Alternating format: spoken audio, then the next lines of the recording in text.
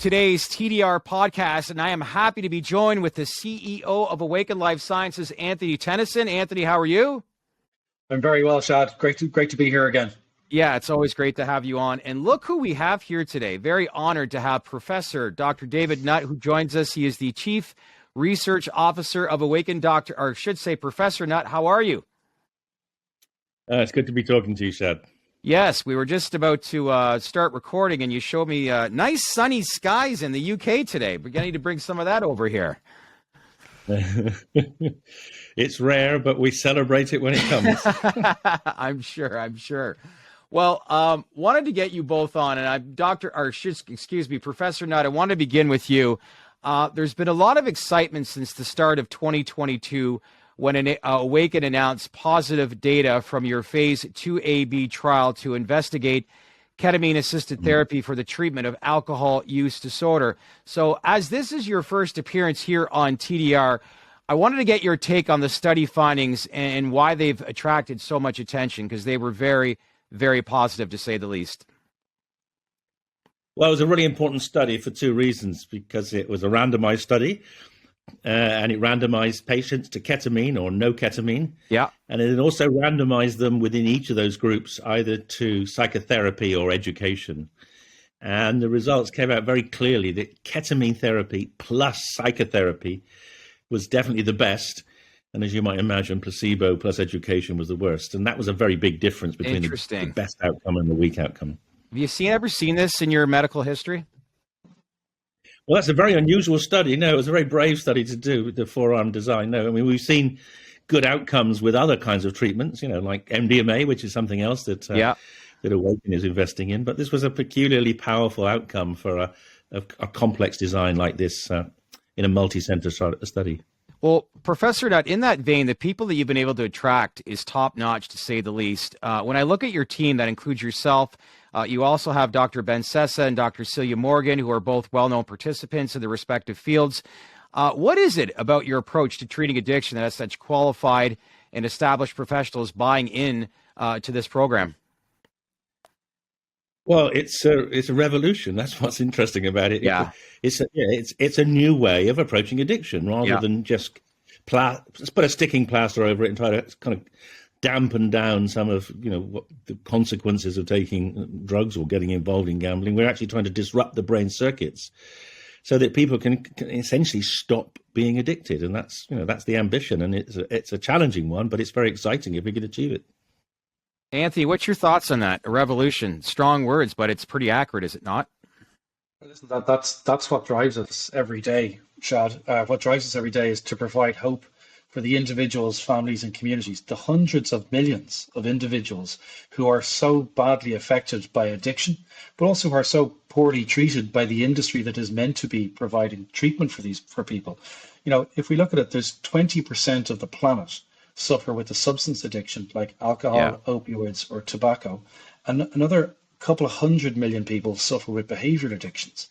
The treatment outcomes are pretty poor, resulting in addiction being the biggest unmet medical need of modern times. And despite this, despite the seriousness of this disease and the destruction on lives and communities that addiction delivers, the industry is that's meant to help us is deeply underperforming. It's still worth about $140 billion a year across purchased treatments, rehab and recovery clinics. And they're just not doing an effective job. And so what was groundbreaking in this study or this trial was the proven effectiveness of ketamine and psychotherapy delivered in combination. So that therapeutic approach of ketamine and psychotherapy delivered together, delivering 86% sobriety in the 6 months post-treatment. And that is revolutionary. And that is what drives us every single day, is to bring these revolutionary treatments to market to enable us to help people who are currently not being very well served by the addiction treatment industry. Question for both of you. Are you surprised that this particular addiction disease, as we can refer to, there hasn't been more? Like, we're in 2022. When you think about Alcoholics Anonymous, and I don't want to sit here and say the 12-step program doesn't work for some, but it could. But this is almost 100 years old. Like, are you surprised that we haven't seen advancements, knowing the world that we live in now? And Dr. Nutt, I'll start with you. Well, I wouldn't say I'm surprised. I'm disappointed. I mean, I've been working in the field of addiction for nearly 40 years, and there's still stigma. There's still a lot of antipathy. There's still people who say it's all about failure of will if you just pull yourself together. And of course, we know that doesn't work. But it's always, it's very much a Cinderella branch of medicine. Actually, in Britain, they even took it out of medicine. They gave it to social care. So, we're fighting back now because addiction, as you heard from Anthony, is an enormous social problem and it affects everyone and it's no one's fault, particularly in a society which actually allows advertising of things like tobacco and alcohol and gambling. If people get addicted, it's not their fault. It's, there's just something wrong with their brain and we have to see if we can set it right. Yeah, and I feel like there's a lot of people that really don't understand the meaning of addiction. Do you think that's fair to say, Anthony? Yes, I do. I think there's many people. I think there's probably most people are 1 or 2 degrees of separation away from someone who is suffering from addiction. But I think there is, as David said, there's still a bit of a stigma around addiction. There's still a bit of a blame for people who suffer from addiction. But what we know, addiction is a disease, and it is a disease that is brought about by complex interactions with an individual's brain circuits, their genetics, their environment, and their life experience, right? And that results in people then repeatedly consuming addictive substances and engaging in addictive behaviors, regardless of the negative impact it has on their lives. And so this is a disease. It has been a very poorly treated disease, as David has experienced, having worked in the industry for 40 years. Psychedelics, and in particular, ketamine and MDMA have been proven now, Shad, in clinical trials that we have run to be significantly more effective at treating alcohol use disorder than anything else that's currently available. And we're actually now doing research, the approach that David is spearheading for us in the company by targeting brain circuitry that houses the behaviors that drive the addiction. By taking that approach, as opposed to trying to work with individual receptor sites, by taking that approach, Shad, it's enabling us to treat substance addictions like alcohol, but also now behavioral addictions like gambling, compulsive sexual behavior that includes pornography addiction. And we're active in research in both those areas, substance and behavioral addictions. But we're also actually, because we want to help people today, we've got clinics operational in the UK and EU so that we can help individuals, families, and communities today.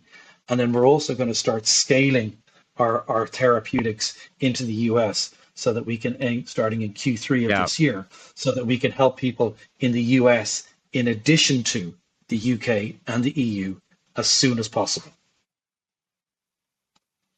That's big, very big. Lots of hope, most importantly. As the leading research company in this industry related to addiction, Dr. Nutt, do we have stats that show, like, when we look at the current times that we're living in addition to alcohol addiction, behavioral addiction that Anthony outlined, and, the resources, or I don't want to say resources, but just some of these habits are right there in front of your face as we stare at a computer screen and you log online. It's right there in front of you. And that's only excelled, obviously, since COVID that's hit. But do we have an indication as to how much this has progressed over the last 2 years and what we can anticipate, let's say, over the next couple of years moving forward?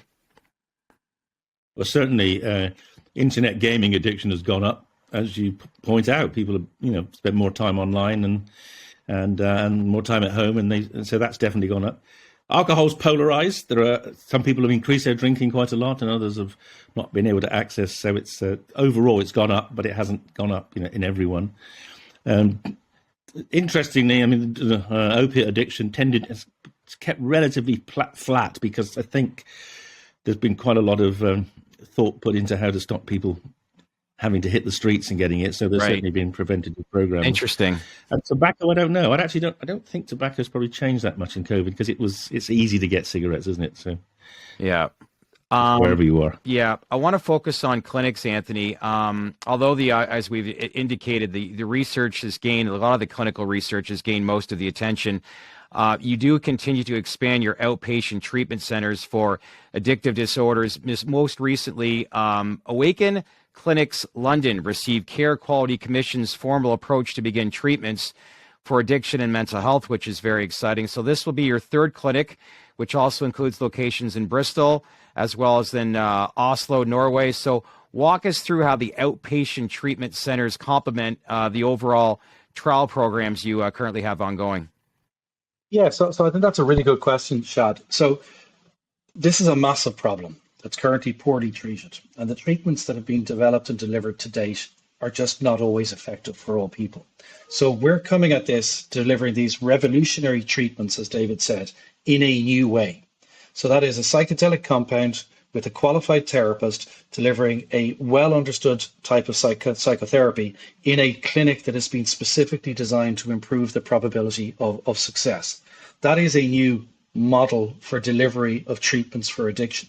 So what we have is, as a business, we have an R&D engine, research and development engine, where we are developing these revolutionary new treatments. And then we have a commercialization division, starting off with our clinics, where we test and validate this new business model, this new treatment methodology in clinics that we own and operate. And then once we have refined that, which we're doing right now, we will then scale that beyond our clinics, starting off with licensing partnerships into the North American addiction treatment industry. So the clinics are really to enable us to test and validate what we have correctly identified as being seriously effective in our R&D business. So as you say, we've got 3 clinics operational right now, one in Oslo and then 2 in the UK. The goal is for us to have another 17 clinics as we get into calendar year 2025.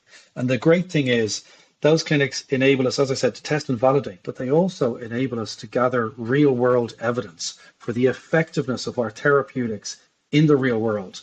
And that the regulators, so the competent authorities, are now accepting real world evidence in support of marketing authorization applications for new novel therapeutics. So these clinics enable us to help people today. They enable us to test and validate our business model before we scale it beyond the physical footprint of our organization. They enable us to generate real world evidence to support marketing authorization for our therapeutics as we develop them. And really, very importantly, they generate revenue. So each one of our clinics can generate about 3 million sterling top line, or about $4 US dollars, 5 Canadian dollars, and about 25 points of margin. So that clinics division, when operating at 20 clinics, will enable us to generate about 60 sterling, 80 US, 100 Canadian at 25 points of margin, which we can reinvest back into the R&D engine in a non-dilutive manner on an annual basis. That's great. So the 17 locations by end of year, is that mainly in Europe? Is it expansion into North America? But by end of 2024, not end of this year, by the end of 2024. No, that was the your shoulders go. I saw your shoulders go down an inch or two there, Anthony.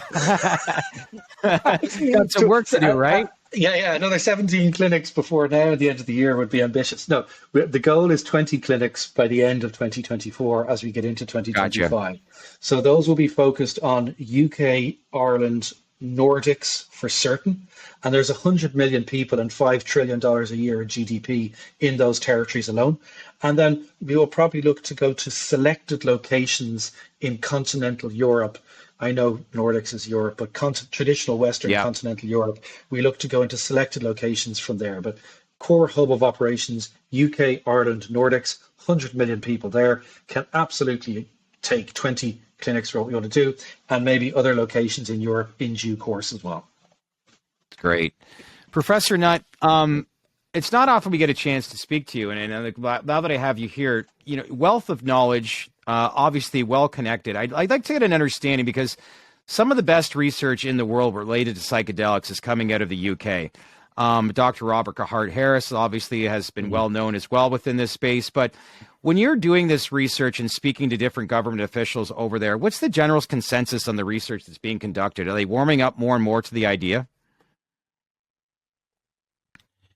Well, they want to celebrate the fact that the UK is definitely leading in the field. I mean, arguably alongside the US, so definitely leading in Europe.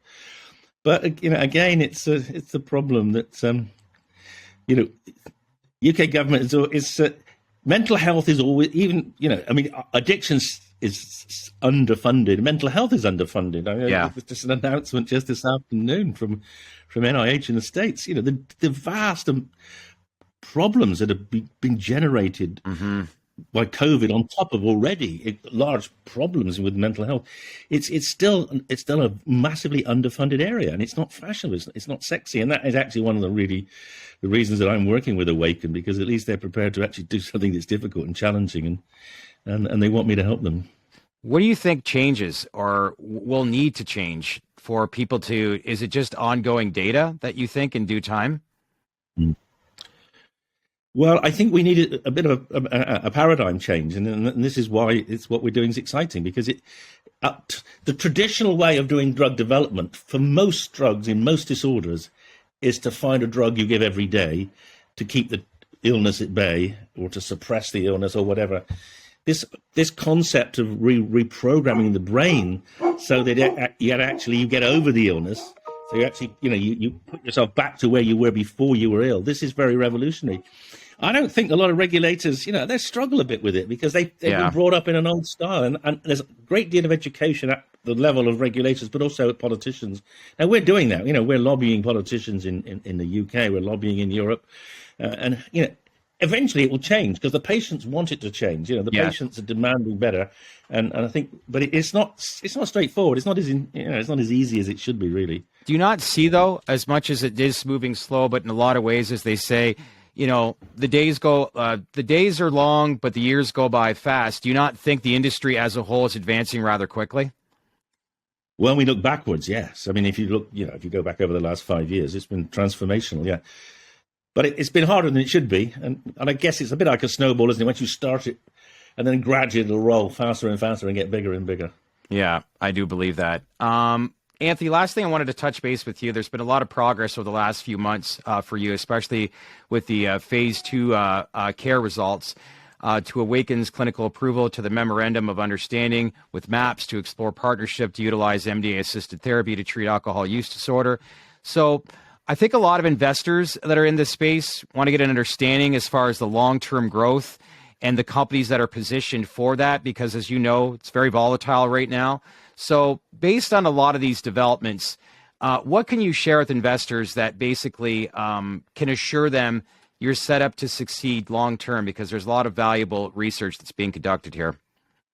Yeah, so great question. I think to sort of bring it just up a level first, I think what's required to convince regulators about the strength of the industry and the validity of what this industry is doing, and then also what's required to convince investors that companies are viable investment opportunities. I think you need two things. We need data, and that data's got to come from clinical research, and that data's got to lead to marketing authorization. It's not just got to lead to interesting early stage research. It's actually got to lead to the decision to provide marketing authorization or regulatory approval for these therapeutics, so drugs and therapies used in combination. So data is required that leads to a regulatory decision and in market. And the second thing then is revenue, because revenue is where the rubber hits the road for investors. Yeah. So the data has potential, but it has to translate into marketing authorization, regulatory approval, and revenue. When you look at our business, I believe we're in quite a strong position across both of those metrics. From a data perspective, we have a completed and successful phase 2A/B clinical trial for ketamine-assisted therapy for alcohol use disorder. Alcohol use disorder affects 400 million people globally with very poor incumbent treatments. It's worth noting that Hep C affected 400 million people before Gilead developed a cure for Hep C and moved from a $1 billion market cap to a $100 billion market cap. Good point. We're moving that research forward from phase 2B into phase 3 in conjunction with the University of Exeter, one of the leading universities in the UK, and the UK National Healthcare System. And we've applied for a grant from the UK state, and if we're successful, we're hoping to make announcements in due course and initiate that trial later on this year. putting us, taking the current data we have, but bringing us forward into having data that will lead to marketing authorization. And then when you look, we're doing other stuff around, research for behavioral addictions and other stuff that gives us other data. And then when you look at revenue, we're forecast to earn over 9 million Canadian this year in our second year of financial operations, which isn't bad for a biotech company. But every year we scale, we earn revenue from our clinics, from our licensing partnerships, and as we get marketing authorization, we're able to scale beyond the physical footprint of our clinics and our licensing partnerships in the US into something much more substantial. That gives us current data that's valuable, current revenue that's valuable, future data that indicates potential, and future revenue or generation potential, which again should be interesting from a regulatory perspective and a political perspective because it gives that data, but should also be interesting from an investor perspective as well. That's well said. Professor Nutt, Anthony mentioned phase 3. It's a very exclusive threshold when it comes to research within this industry. How vital is that when you look at Awakn versus, say, other companies within the space as to how far along and maybe further along your research is in comparison to other companies in the space? Well, we're way ahead in terms of the addiction space, definitely in alcohol use disorder. Of course. We're clearly way ahead. And just to emphasize what Anthony said, there's 400 million people. Alcohol use disorder kills 3.5 million a year. It's one of the biggest killers in the world, and it's got a treatment gap is enormous. So we're ahead. If things pan out, we will definitely be the first company to get there with a licensed treatment, no doubt. Last thing I wanted to touch on with you is that I'm sure there's a lot of companies that wanted you to be part of their team. And, you're a world-renowned professor, as I said, learning a lot about this industry. Why Awakn? Why did it make sense for you to join this company? Because it appears to be a very, very great one within the space. Well, we share a vision, which is it's disruptive technology. I mean, I've worked in addiction. 40 years ago, I was one of the team developing buprenorphine as a treatment for opiate addiction. But that's palliative. And this is the opportunity to actually do something, essentially resetting, potentially in the same way as, you can put a hip into someone, a replacement hip, and get people better. This is a potential to reset someone's brain and actually get them beyond the disorder rather than having to treat it on a daily basis. And so that's what's really exciting about this company and this approach. Well, I applaud both of you for the initiatives that you continue to do. Anthony, always good speaking with you. Professor Nutt, thank you very much for taking the time. Obviously, it's the first time. Hope to have you on more. And let's both keep in touch. Wonderful. Thank you very much. Shad, it's been a pleasure, as always. Speak soon. You as well. Take care. Hey, everyone. Thanks for watching. We appreciate you giving this video a thumbs up. We also value your feedback, so leave a comment below. And if you like what we do, then share this video on your socials. And don't forget to subscribe to our YouTube channel and tap on that bell to receive notifications for all future videos that we post. Thanks for watching.